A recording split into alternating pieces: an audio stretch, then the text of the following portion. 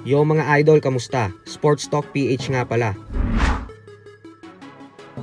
Ang banat ni Fulton at mga bigating laban bukas. Pag-usapan natin yan mga idol. Ngunit bago ang lahat ay huwag kakalimutang mag-subscribe at i-click ang notification bell button for more sports talk. So alam nga po nating lahat na pinagmukalang amateur ng undefeated 4 Division World Champion Japanese Monster Naoya Inoue, ang former Unified WBC and WBO Super Bantamweight World Champion Stephen Fulton sa naging unification fight nila nitong buwan ng Hulyo lamang, kung saan tinalo ni Inoue ang pambato ng Estados Unidos via 8-round knockout. At bagamat nga po natalo si Fulton sa isang one-sided fight, ay sinabi pa din po nito na handa daw siyang labanan ulit si Inoue dahil naniniwala umano siya na mas magaling siyang boksingero sa binansagang halimaw ng Japan. Sadyang wala lang daw talaga siya sa kanyang sarili noong magtuos silang dalawa. Kaya naman nakikiusap ngayon si Fulton na sana ay mapagbigyan siya ng rematch ni Inoue. Samantala, 3 araw na nga lamang po at magaganap na ang bigating undisputed title fight sa pagitan ni Inoue at ng ating pambato na si current Unified IBF and WBA Super Bantamweight World Champion Marlon Tapales.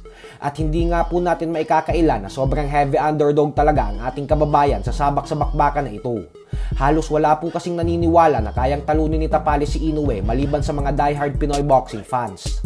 At dahil dyan ay maging ang tinalo ni Inoue na si Stephen Fulton ay tila ininsulto naman si Tapales. Ito po ay matapos sabihin ng kampo ni Fulton na wala daw ni konting katiting na pag-asa ang ating pambato na manalo sa laban. Paliwanag ng mga ito na kumpiyansa umano sila na mas magiging madaling laban para kay Inoue si Tapales kaysa sa kanya. Kaya naman panigurado daw na mas madaling tatalunin ni Inoue ang ating pambato kumpara kay Fulton. Sa kabilang banda naman mga idol ay naganap na nga po kanina lamang ang official final weigh-in ng pinakabigating boxing card ngayong taon sa Saudi Arabia. Para po kasi sa mga hindi nakakaalam, ay lalaban sa loob ng iisang boxing event bukas ang mga bigating pangalan sa boxing na sila undefeated WBA Light Heavyweight World Champion Dimitri Bivol at ang dalawang former Heavyweight World Champions na sila Deontay Wilder at Anthony Joshua.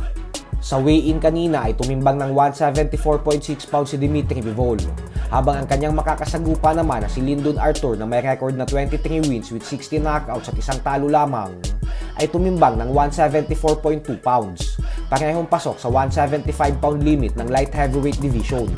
Habang sa co-main event naman ay tumimbang ang knockout artist na si Deontay Wilder ng 213 pounds, habang ang kanyang katunggali naman na si Joseph Parker na isa ding former world champion ay tumimbang ng 245.3 pounds. 32 pounds po ang diferensya ng dalawa, kaya naman tingnan natin ang magiging resulta ng laban bukas. Sa main event naman ay tumimbang ang former Unified Heavyweight World Champion Anthony Joshua ng 251 pounds, habang ang kalaban niya naman na si Otto Wallin ay 238.6 pounds. Abangan po natin ang mga bigating laban na ito. At pagkatapos po niyan ay dedirekta na agad tayo sa final 2 days countdown ng Naoya Inoue versus Marlon Tapales. So hanggang dito na lang po muna tayo mga idol. Sports Talk PH, kakaiba ang laban ng mga Pinoy.